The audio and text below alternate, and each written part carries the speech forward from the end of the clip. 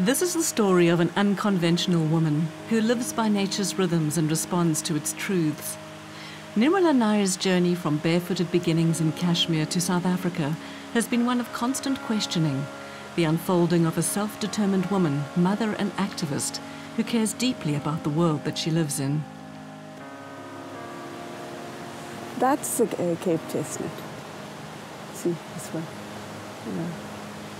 And this one is probably the lemon geranium.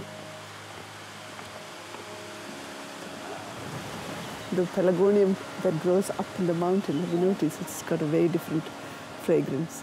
She's confronted the challenges and the opportunities of her life, but today Nirmala believes that the ultimate journey is the one within. We don't ever get there. There is no there. It's just a journey. And when you get older and grey like me, you begin to realize journey is amazing, and you just stick with it. You just trust the process and trust the journey. Isn't it crazy that people, you know? Nirmala has been a sustainable living educator for many years based in South Africa. Today she spends months at a time sharing her knowledge with local communities in the Kingdom of Bhutan. So this is for Bhutan in a few weeks' time. I'm off to Bhutan via India. So it's probably going to be minus at night. The mountain cold is very different from the Cape cold. The mountain cold is crisp and very energizing. Unlike the Cape cold, which can get into your bones. I feel I've always had a calling, but there was nobody to listen to. So it's very nice that remote countries like Indonesia and Bhutan are open there to listen to my calling. So now I can come and cook and look after my children and do my gardening. And for all my other intellectual deliberations and everything, I can go outside and feed my soul.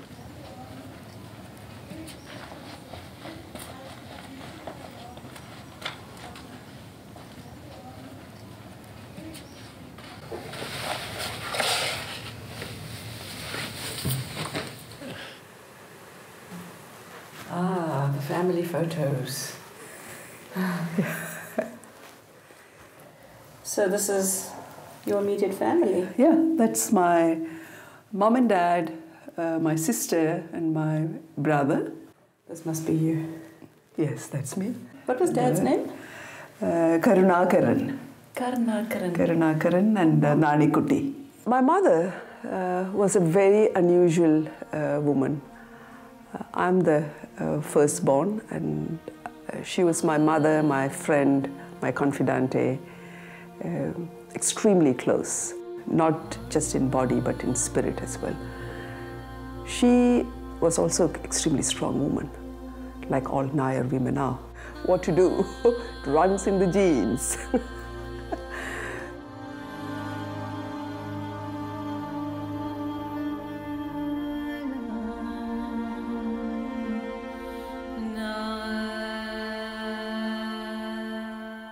Nirmala's childhood in Kerala and then Kashmir were idyllic, and like others around them, her family lived off the land.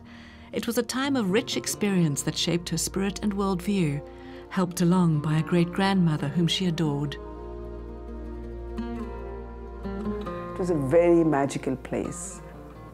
For hours, I'll be sitting and watching molten stalactites from the roof and the sun's rays catching and splintering into myriads of rainbows, and I'll be sitting there. I didn't know it's called meditation, but as a little girl, I'll be sitting there and watching these rainbows.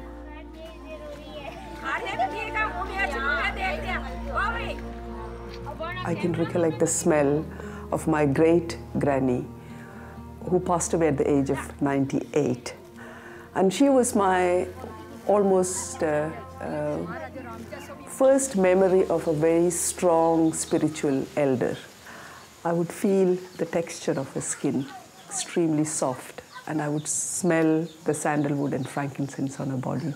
So that smell of her is my childhood. is Kerala. It lingers in my senses. Our day would start by melting snow for water. All the pipes will be frozen up. So my sister and I would be wrapping all the pipes. They're all outside. And we pipe and then heat it. And then slowly the water will trickle for tea. And then once the water is all boiling and the tea and the sun comes up, and then out go running outside. Even now, when I pick up peaches, it just takes me back to those orchards. When you think about how different our lives are to how her life was when she was our age, her and her sister grew up with 3 outfits. That was it. Which our grandmother made by hand. Our grandmother never spoke English. She could understand us, she could we could never have a yeah. conversation with our grandmother. But she was this connection between her and our mum and us, like that matriarchal power and lineage, that every time we went back to visit, it was our mutti, grandmother, who like held that connection for us to India.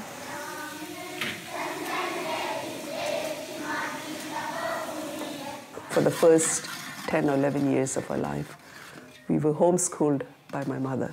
So she would be cooking and, grinding or stirring the pot and reading her novel and on the one hand checking all our homework, and that was my idea of schooling. I started reading quite fast. I didn't have any storybooks, so I would be then picking up my mother's books. My mother was quite read in her heart, and she would be reading Dostoevsky and Karamazov Brothers and Pushkin and all translated in Malayalam. And I would be reading all of that. So you and your dad had an interesting relationship. He was an incredible father. Growing up, I wasn't able to appreciate the depth of his wisdom and what he did to us as girls. Because I rebelled and I fought and gave him a lot of heartache and a lot of pain. I was a rebellious child, but my rebellion didn't come through being naughty or anything, but it's just a very withdrawn, passive kind of an aggression. He had expectations for his children. He wanted his children to study and get to places and never have to struggle like him. And he used to always tell us, look, you're not going to be married away with a dowry and all of that. You can study as much as you want. Even if I have to tighten my belt, forgo 1 meal a day, education is yours. That's the dowry I'm going to give you.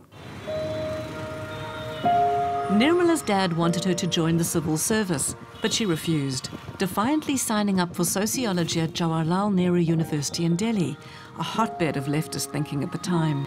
Her studies then took her to Rajasthan, where she did rural development and gender work through the famous Barefoot College as it's known today. It was the 1970s, and the activist in Nirmala was emerging.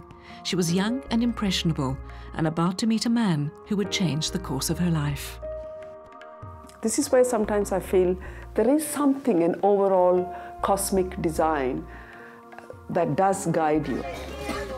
So I arrived there, and almost immediately I got to hear about the man who I subsequently married. He was this huge, big man with a big beard and big, booming voice. Apparently his dream was to go to Woodstock and be a musician. Nirmala and Vasu formed an instant bond and became intellectual sparring partners, walking the streets deep in conversation about what was wrong with the world and how to fix it. But it was not deemed proper for a young single woman to be seen alone with a man. Vasu knew this and made an extraordinary suggestion. He just jokingly said, maybe we should get married. So then I said, I don't believe in marriage, but if you think it will facilitate our discussion, why not? There was no love, there was no relationship. I hadn't even held his hand, nothing. It was just a stranger. I'm walking along and I just met him and we got married the next day. The next day? The next day. It was my way of hitting back at my father. So I wrote to my father in a postcard, not even an envelope, in a postcard. I got married at the Sazari Court, and I put it. And I felt good doing that at that time. I did not think how much I was hurting my mother, my father, my family. I was really, really, really screw loose. But the relationship was not easy. Vasu was bipolar, his brilliance overshadowed by wild mood swings and alcohol. 2 years into the marriage, Shruti was born. This is beautiful. Your mother's hand is felt, I think. Yeah, I think she keeps the green under her thumb. Your mom probably arrived here and kind of taught everybody about permaculture, and we're now going to change this place. She does put things on loudspeaker. Just disclaimer. Yeah, I think at my worst I'm like my mom, and at my best I'm like my mom. So, but normally personality-wise I'm nothing like her. What do you remember about your dad and your mom and dad's life together? I think that they both maintain that they married each other as an experiment to piss each other's parents off. They were both different castes. And so they married each other, and I guess it was a very terribly failed marriage experiment. But I mean, I'm the result, so I think they did okay. Things started unraveling. It was a bit difficult.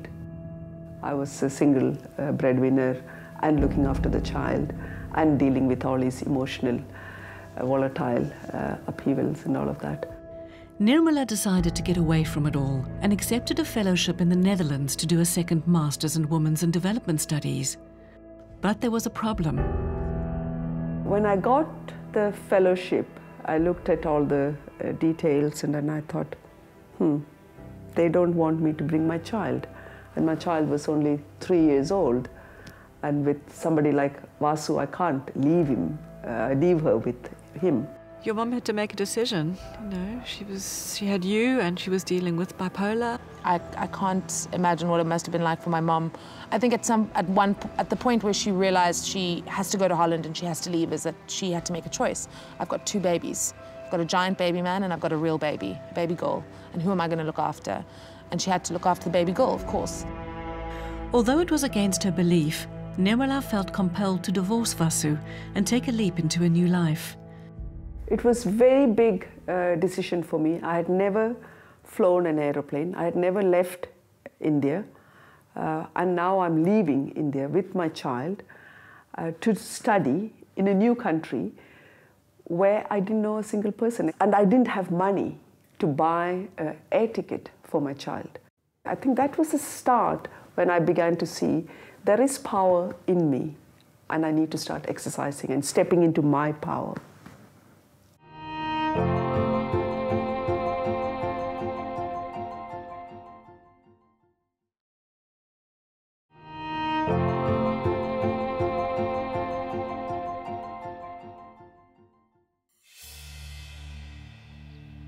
Nirmala Nair had married on a whim.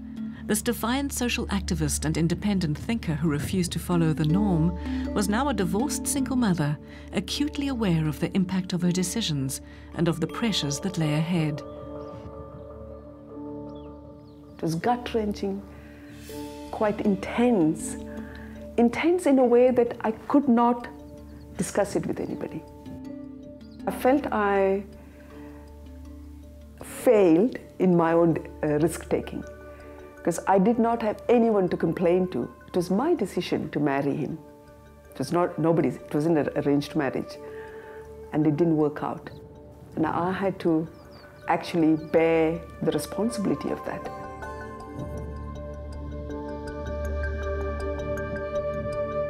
As she was about to leave for her master's degree in the Netherlands, Nirmala was told that she couldn't bring her daughter Shruti along.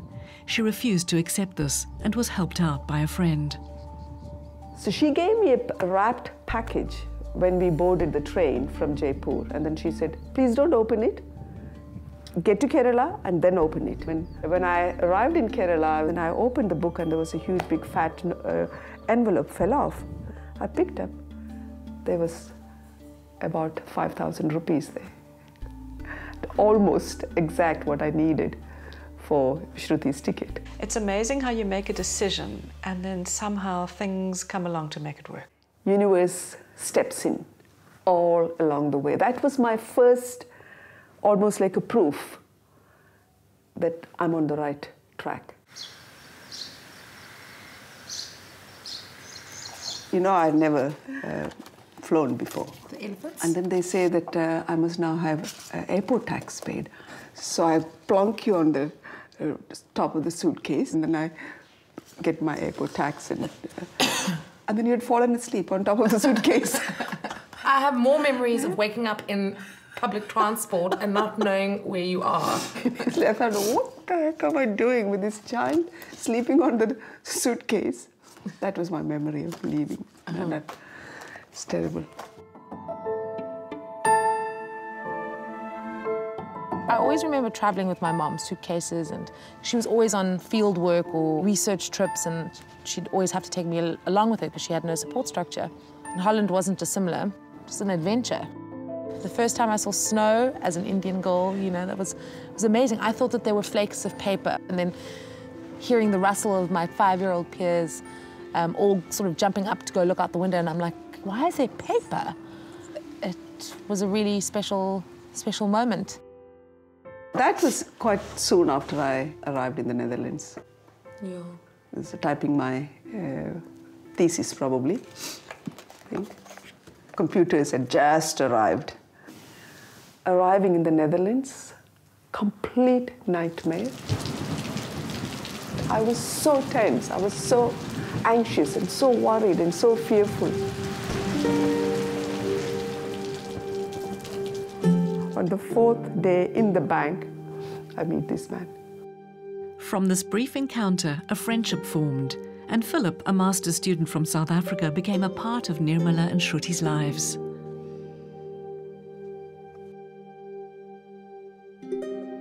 Shruti and Philip really clicked. He would come and take her out, and then he had a bicycle, and he would put her on the bicycle, and then they'll go to Scheveningen beach. And it just, in no time, over a period of 1 year or something, it slipped into a kind of a relationship. Philip returned to South Africa when he'd completed his studies. Their time together had come to an end, and they parted as friends. Then he surprised them with a whirlwind visit to Amsterdam. His flight was going from UK to Cape Town, but it stopped in Amsterdam for 8 hours. So we had said goodbye and tears, we're not going to see. But of course he had 8 hours in Amsterdam. What does he do? He comes to The Hague, and he brings a bunch of roses, and then he flies back again, a lot of tears, and Shruti was extremely close to him. The rose started becoming a plant. So then when he phoned after 2 weeks or so, I said, you know what, there is life in this relationship. The rose that you gave me, it started sprouting. There's a plant now. Nirmala returned with Shruti to Bangalore in India and set up a gender program for a development agency. Eventually, Philip came to visit, and it was during his stay that a simple decision changed everything. Because we had now seen each other for a while, and my colleague offered to take Shruti for one evening so we could have a little bit of quiet time. It was a weekend, and I had never really allowed Shruti to have sleepovers anywhere because I have always been a paranoid single mom. Philip, my stepfather, my wonderful stepfather, had come to visit, and we had gone to this very, very prominent artist who ran an arts education program for street children to his house, because my mum was working with his wife or his sister, and I was playing with his niece, and Philip, we were all there for dinner, and they said, just go home with Philip. Let her stay. She's playing with I'm sure it was his niece. Let her stay. And that night, I just remember her telling me, you are sleeping on the edge of the bed. You are sleeping on the edge of the bed. I'm sleeping next to the wall. And, I mean, you know, I guess it's... I remember dreaming that there was something inside me, and I woke up in this, you know, this uncle, this person, and I just lay there and I pretended that I was sleeping. And the next day, he had chickens in his garden, and he like gave us our eggs, and on the eggs he'd drawn like a picture, and he was like, "Did you guys sleep okay?" ate my breakfast. My mum and Philip fetched me in the rickshaw, and I said to my mum, I've got to tell you something. I'm going to tell you something. I need to tell it to you now. And you know, the din of auto rickshaw and all the noise and the traffic, and I kind of suddenly my heart felt, God, no, no, no, I'm not hearing this, I'm not hearing this. And I kind of intuitively knew immediately what she's going to say. It was almost like a premonition. And then she started, I couldn't believe, I really couldn't believe that the world just suddenly kind of almost closed in. It was an intense feeling. I felt as though, my God, what am I going to do now? I knew the kind of society, India, and the conservatism, and something like this happens, and the future of a girl.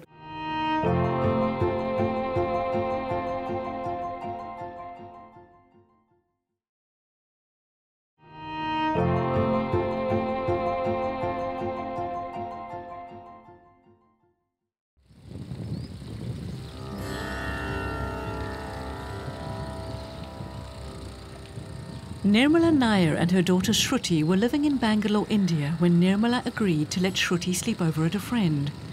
The resulting abuse at the hands of her friend's father, a powerful man in Bangalore society, left Shruti shattered and Nirmala horrified and enraged. A mother's worst nightmare had come true. I cannot just sit there with my trauma.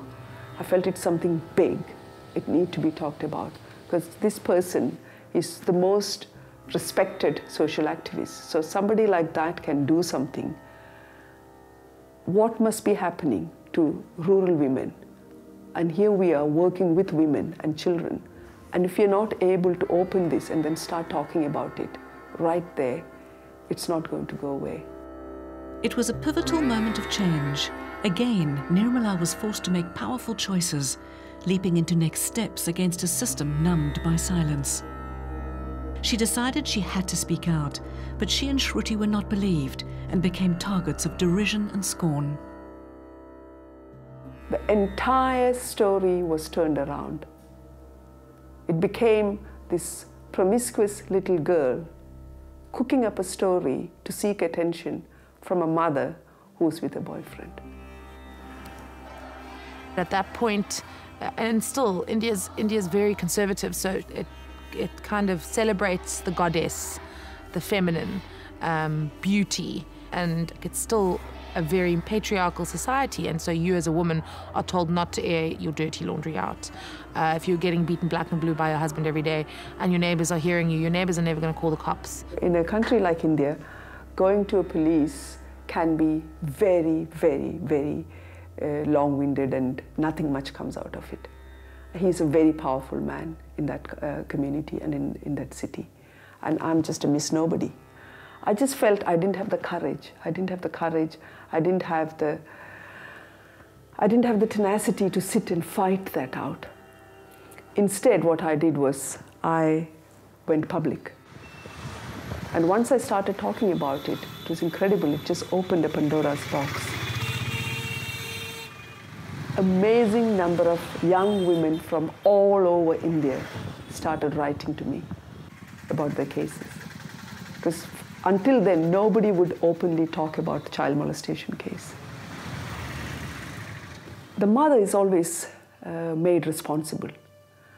Whatever you do for the good of the child, at that moment you feel this is the best I can do to protect my child. You're completely alone as a mother, and you know one day your child is going to turn around and say, look, why did you do that? I knew that. I knew I'm taking a risk. Yet the more Nirmala spoke out, the more the community closest to her and her daughter withdrew their support. A movement was growing, but on the inside it felt lonely and cold.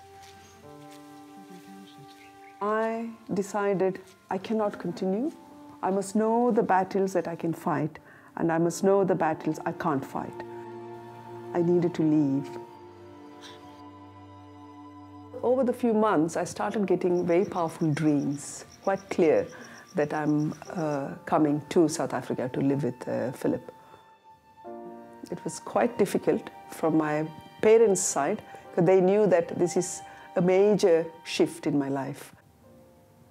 My father came to Bangalore to help me with packing and winding my house down in Bangalore. And I had to tell him, this is the reason why I'm leaving. And it was very hard for him.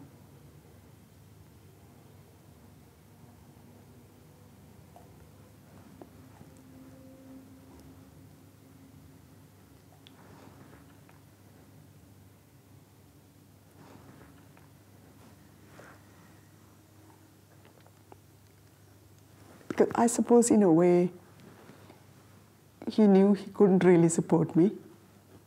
But at the same time, he thought, okay.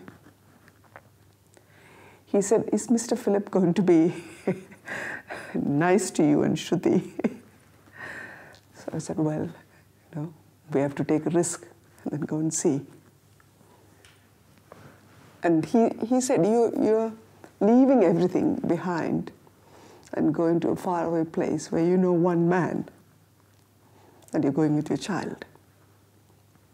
But yeah, it was the biggest leap of faith because I knew that I'm giving up my country, my family, my professional life, my financial freedom. But I felt probably something good will come out of it for Shruti. You felt you wanted to give her a new start?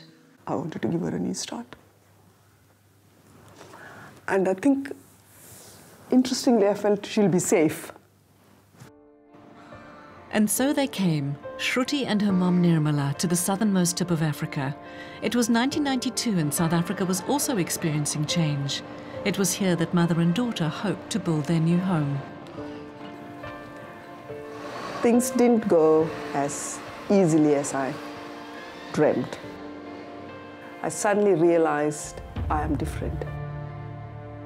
The race and the culture, my Indianness and my upbringing, everything became a problem. But then I began to realize, no, it's a history of this country. It's part and parcel of that whole thing, and I had to grapple with it. There was something that this place did. It gave me permission to step into my Kali face. Kali is our goddess of destroyer and anger and power and energy and female power.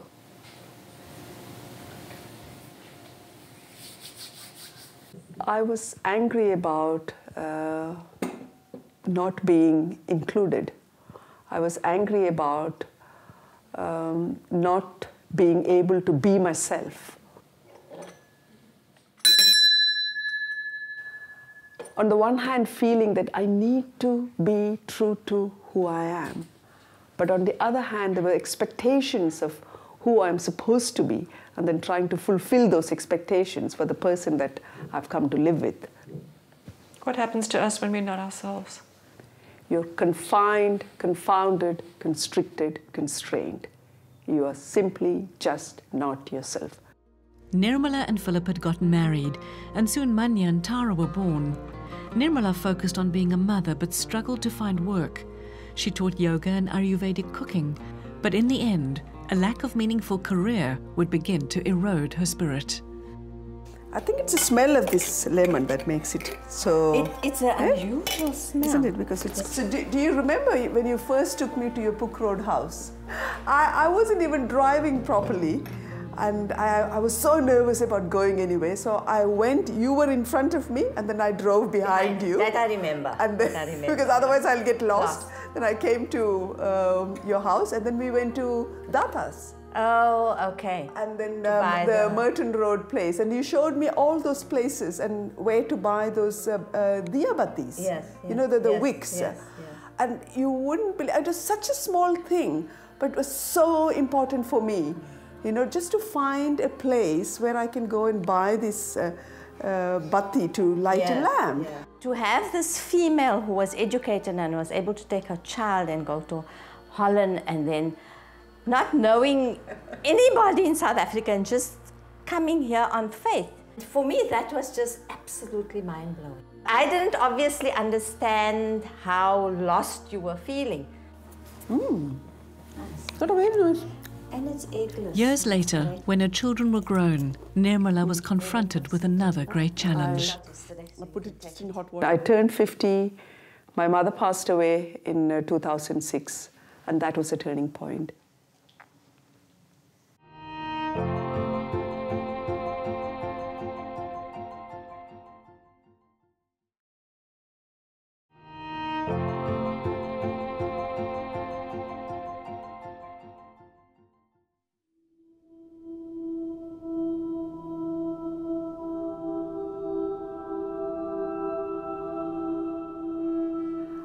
Like a gypsy, I traveled all over the world, but I knew my mother's there. And that feeling kept me alive. Because my mother was an extremely important woman in my life.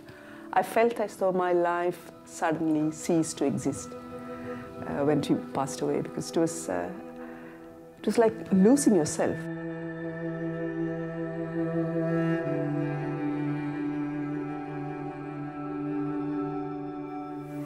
That's Mom just before she passed away. She's probably about 4 or 5 years. It must be around 2000.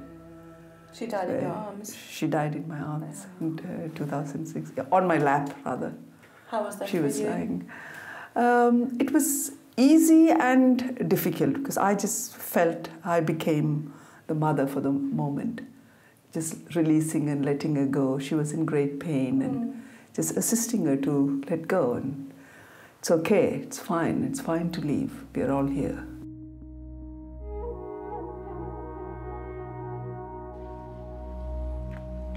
Nirmala felt a need to make amends with her father, so she wrote a letter to him which she kept safely under his pillow when he slept and read out aloud whenever he got the chance.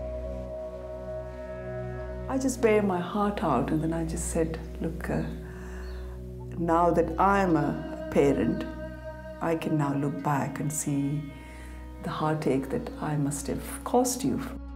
You would read it almost every day and read it out to my brother and relatives and then cry. And we became very close afterwards, just towards the end of his life. Coming back from India after her mother's death, Nirmala knew that her marriage was over.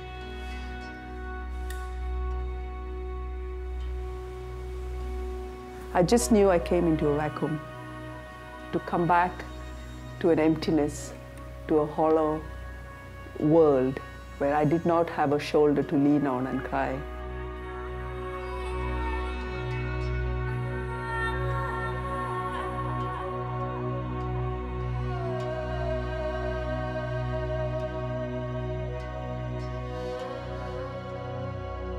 It was worse than leaving India and coming to live here. By now, I have 3 children, financially no backing, and I have no idea what I'm going to do with my life. I knew I cannot go back to India. The family will be completely split. She's always lived for herself and other people, so she's always wanted to better herself for her community, for her work, for her family, and that was the biggest decision she made, to choose her own happiness and well-being over and above potentially domestic comfort.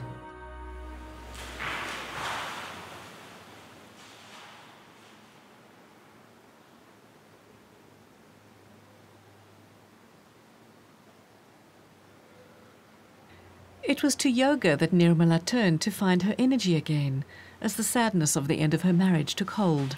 Her friend Arietta was at her side. I believe in the essence of life that flows through all of us. And the only time when I can almost step into that stillness is when I'm doing yoga and when I'm doing Tai Chi.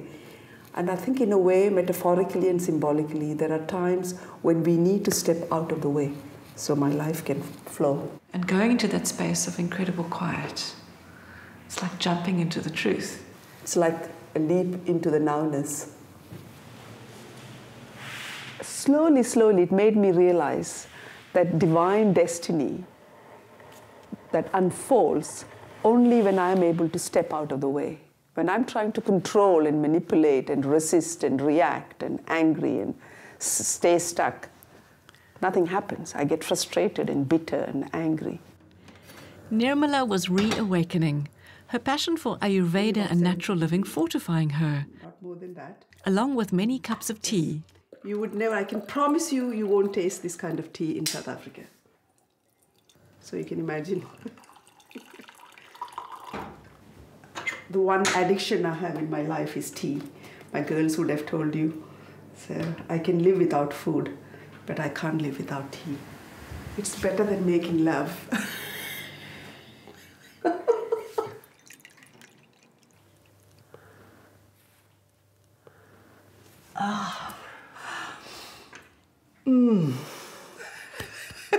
It is. Thank you, Raja. And you keep it. Activist in me died when I came to South Africa. I had to rediscover who I am. Every step of the way, all my experience in South Africa made me question, who am I? Why am I different? So my authenticity, my integrity of who I am, of a Nair woman from Kerala, coming from this tiny little village with this kind of a background, I had to reconstruct, I had to reconfigure who I am and what is my identity. And South Africa gave me that opportunity. All the angst that I suffered here, it took me that much deeper in embracing who I am.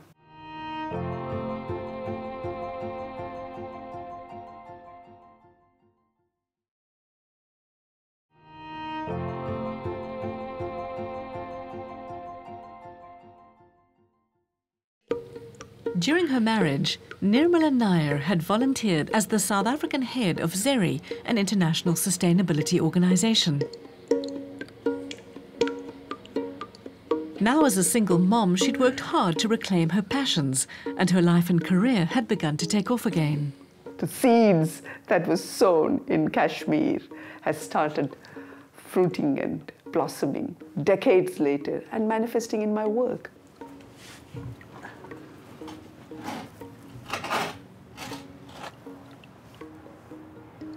Here comes my food for the worms. They love this specially curried cow dung. There we go. Okay, I took it upon myself that if I want to live sustainability truly and be sustaining life for me and for my children, I need to be able to grow stuff. More food, party time. What grows here, we consume. The rest goes to them and then back into the garden. So it's a closed loop, which means we can continuously generate energy and food just through what we consume and then giving it back to the garden, and the garden gives us back what we need. Those days, late 90s and early 2000, sustainability was not such a big buzzword. It was just happening. Just basically developing that connection with nature, looking at how nature will do something that we are trying to bugger up, and learning our lessons from nature. Often people didn't get it. I suppose in my own way, I was way ahead of my time, but I brought a lot of cutting-edge things to the country. And you don't do it for acknowledgement and credit. You do it because you believe in it. She's never been afraid to break the rules and to be ahead of the times, even if that means she has to forge ahead by herself and perhaps people don't take her seriously or don't listen. And then suddenly you'll find 5 years down the line, everyone is saying what she's already been saying. It can be frustrating, but it's also a huge inspiration to know that, like, sticking to your guns and forging those ways is really important to do.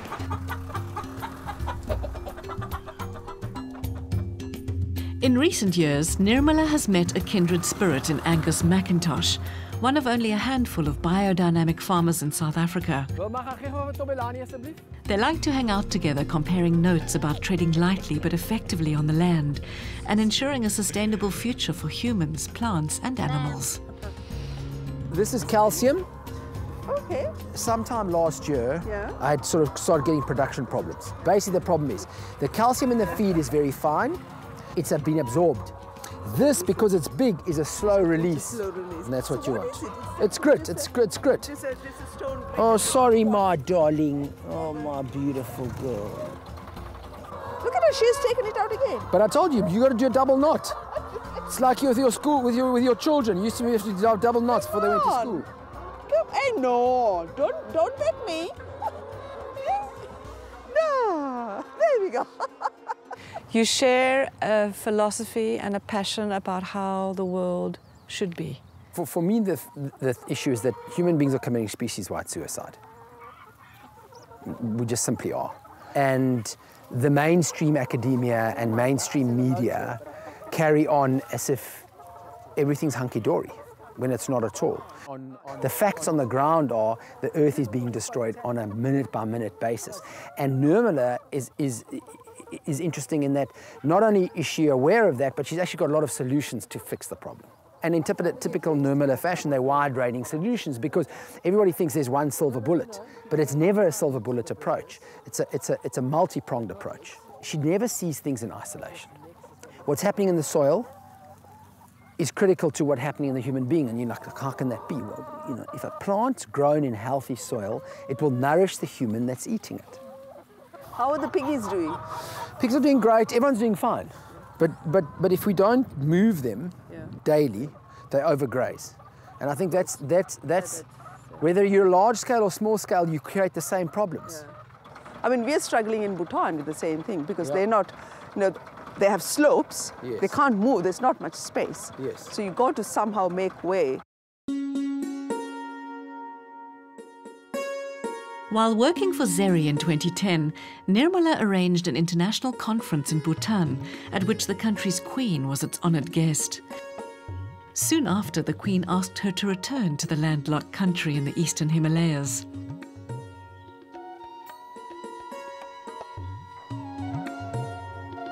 It was really amazing to meet the Queen and understand a bit about her work, and even though they are royalty, how humble and how down to earth they are, and their connection with the people and their connection and their engagement with the ordinary people.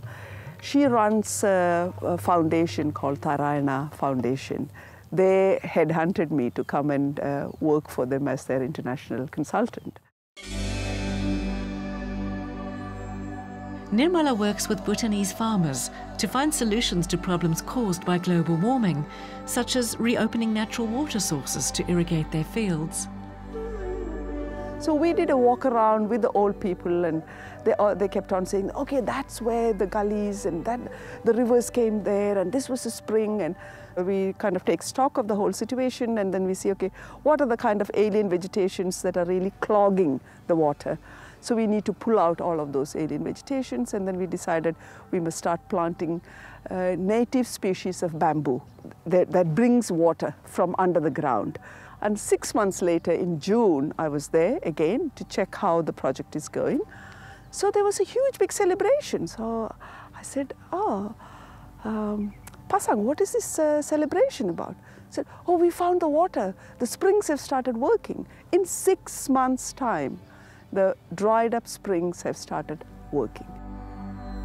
Most of my suggestions didn't include big engineering technology, because my philosophy is that we do with what we have. We study the land, we sense the pulse and the story of the land, talk to the elders, and see how we can revive what was here before. Bhutan is the country famed for replacing gross national product with gross national happiness as its yardstick for success. A lot of people misunderstand gross national happiness. For them, happiness is very much about mindfulness. It's really following the middle path. It's not about happiness as supermarket syndrome and wealth and material well-being alone. No, it's about the the dance between the inner well-being and the outer well-being, and then how do you straddle both of that?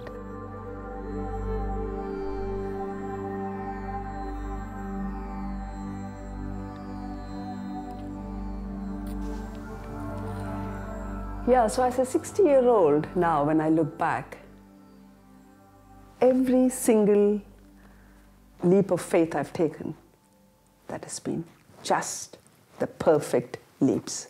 Life just opened up. It just expanded. It just sent me more and more support in completely unexpected ways. There is no blueprint. There is no role model. There is only us and our internal voices. The more I am able to listen to that inner voice, even if I'm getting laughed at and ridiculed for all my wacky and mad decisions, I just feel, no, at the end of the day, I can only be true to myself and my calling.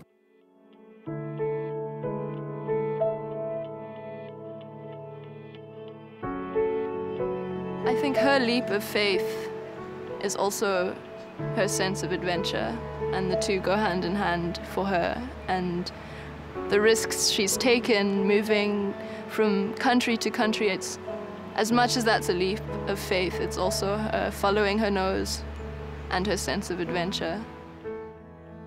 I'm just happy to be myself. Graying, good old Nirmala Nair.